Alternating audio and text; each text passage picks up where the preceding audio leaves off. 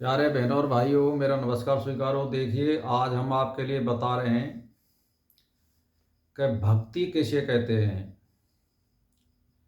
तो देखिए,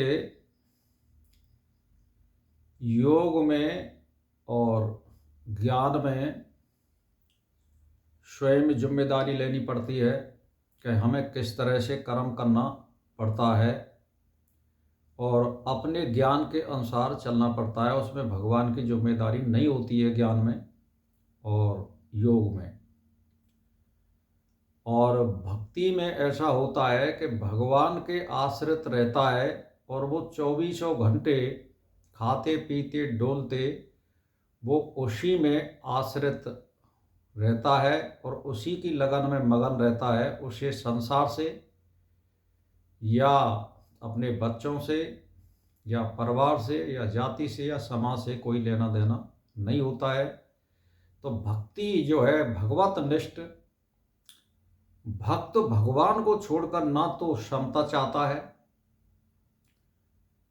और ना भगत कभी तत्व ज्ञान चाहता है, ना वो आत्म साक्षात्कार चाहता है और ना वो मोक्ष चाहता है। और ना, मतलब वो कहने का मतलब ये है, वो धन दौलत, स्त्री पुत्र संतान, जमीन जायदाद वाहन, यानी वो कुछ नहीं चाहता है। उसका तो एक ही काम है, क्या कि सारी जिम्मेदारी यानी वो भगवान पे छोड़ देता है कि मैं कुछ नहीं जानता हूँ, मैं आपके आश्रित हूँ और आपकी भक्ति के सिवाय मुझे कुछ नहीं चाहिए। सारी जिम्मेदारी फिर भगवान पे आ जाती हैं और वो भगवान में ही निरंतर मगन रहता है और उसी में लगा रहता है। खाते पीते डोलते उसकी सारी क्रियाएं भगवान के आश्रित होती हैं। इसीलिए उस भक्तों की सारी जिम्मेदारी भगवान पर आ जाती हैं। उन भक्तों में कोई कमी ना रह जाए, इसी दृष्टि से भगवान अपनी तरफ से उसको क्षमता यानी कर्म योग और तत्व ज्ञान यानी ज्ञान योग दोनों को देता है। यानी वो चाहता नहीं है लेकिन फिर भी वो उसको दे देता है। तो कर्म योग और ज्ञान दोनों साधन हैं और भक्ति योग साध्य है, आप समझ लीजिए। तथापि भगवान अपने भक्तों को कर्म योग भी देते हैं और बुद्धि योग भी देते हैं। तो मान के चलिए, परा और अपरा ये दोनों प्रकृतियां भगवान की ही हैं। इसीलिए भगवान कृपा करके अपने भक्त को अपराध की प्रधानता से होने वाला कर्म योग, परा की प्रधानता से होने वाला ज्ञान योग दोनों प्रदान करते हैं। भक्त को कर्म योग का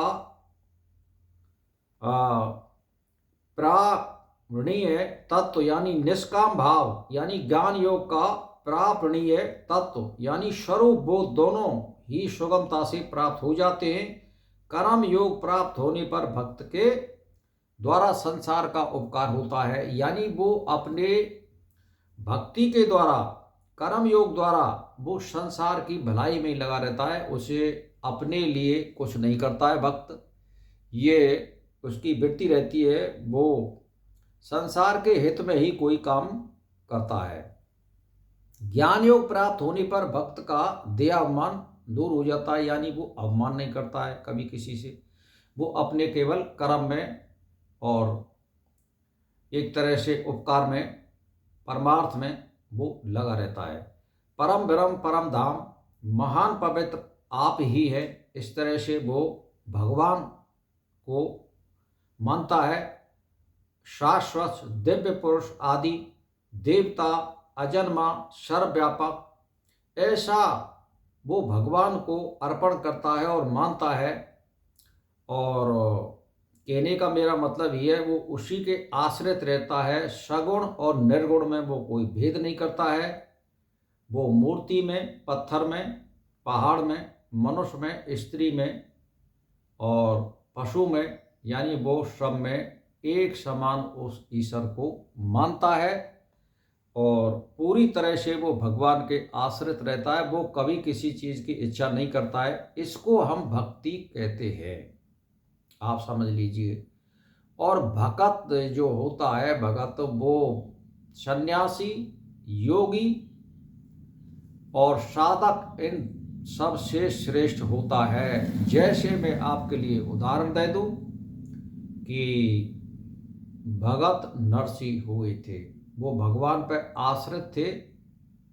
और ज्ञान योग में मैं आपको बता दूं कि एक माघवाचार्य शंकराचार्य हुए थे 2-2,500 वर्ष पहले।